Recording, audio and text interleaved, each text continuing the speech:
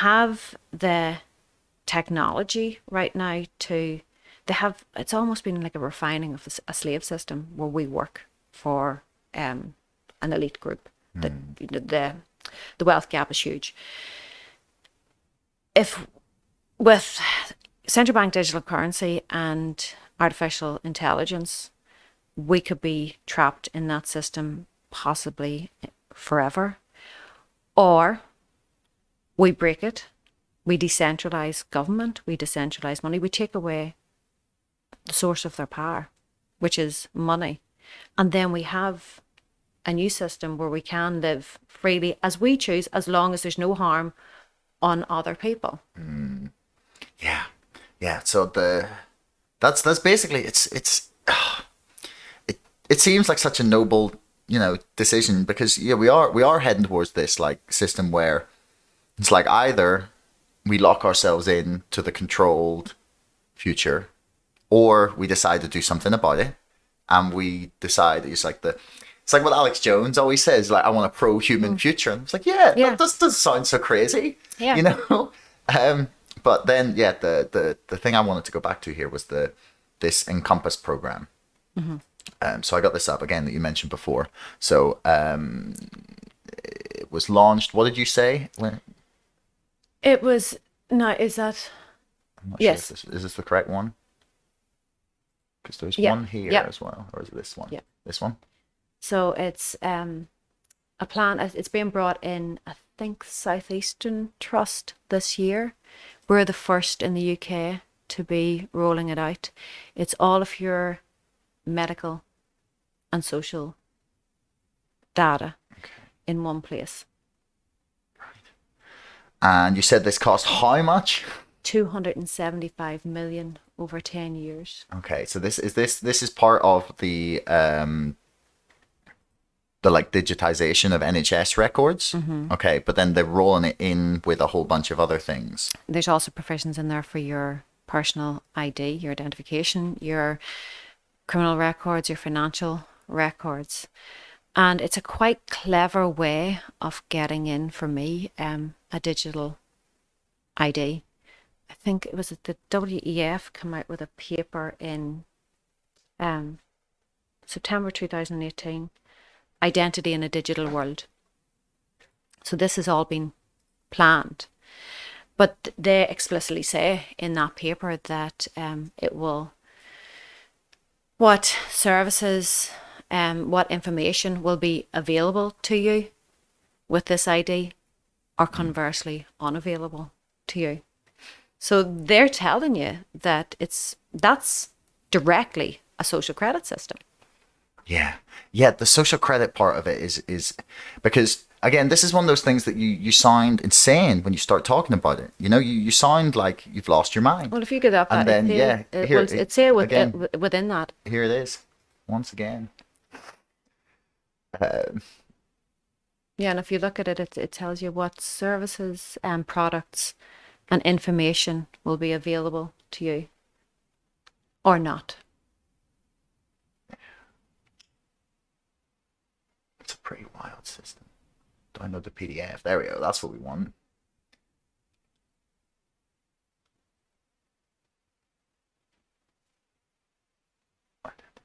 Digital identities in our daily lives. You see, this is the thing that we don't want. Have a look at, page 5. It starts in page 5. Executive summary. I think that's the one that there's a graph. I can't remember. I look at that much stuff that you... No, maybe not. That's all right. But the details, if I've read that one there. There we go. Here it is. So, digital identity. So they want it to be part of healthcare. Financial. See? Healthcare. What's at the top? Yeah. Because it's a brilliant way of getting it in. Yeah, what's the priority? Yeah, healthcare. Financial services, food and sustainability, travel and mobility, humanitarian response, e-commerce, social platforms, e-government, telecommunications, smart city, and healthcare. And right, okay. So the thing I want to emphasize here is just like, none of these things, like, by themselves are a bad idea. Like, there's nothing wrong with, like, for me at least anyway, it's like, look, you want to have digitized, like, healthcare records, like, there's amazing things that you could do with huge bulks of anonymized medical data, you could learn amazing things from the trends. But again, like the key is like anonymized. But you're breaking the health service. So you're putting in this fabulous system that all of your digital and or all of your medical and social details are together, so that if you went to a hospital anywhere, it would be there straight away, no problem. But you're eradicating the healthcare system. So what is the function of the digital identity when you don't have a system to plug into? Because we need to face facts. The NHS it's all but gone. There's not going to be much left of it, and it has been abused by a lot of people. People don't realize that I think the average family in America pays $23,000 a month or a year, sorry, for healthcare. That's what we're heading towards. So why is there a need for this? Why is there a need 275 million for this when people aren't getting healthcare? Is that 275 million just in Northern Ireland? Yeah. Wow. Okay. It's over 10 years. Yeah, but that's still £27.5 million a year. Like, think of how many fucking hospitals you could build for that.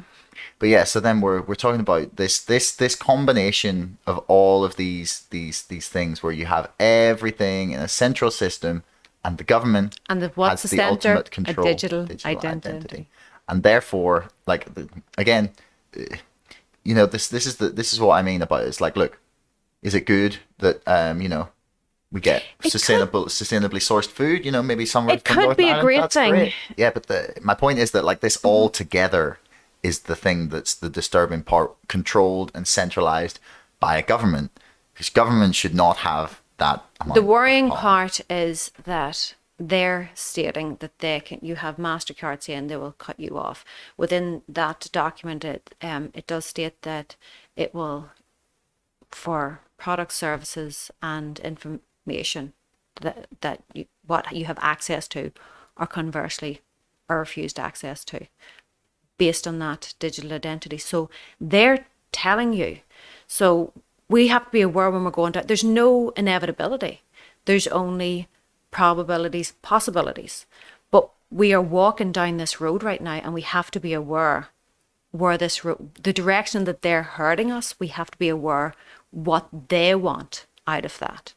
And it's a digital identity linked to a social credit score and ultimately a carbon credits score. And again, I think that the key thing to emphasize here is just like, it's about control, and that is the key, because for whatever reason, there is a desire to have total control over people's day-to-day lives and I'm well, I don't know the extent to which this attitude pervades like the establishment of politics, whether like consciously or unconsciously. Maybe it's like as not innocuous, but as unconscious as people just being like, oh well, they don't know better, I know better. That's exactly what it is. They think that they know better, but they don't understand how other people live.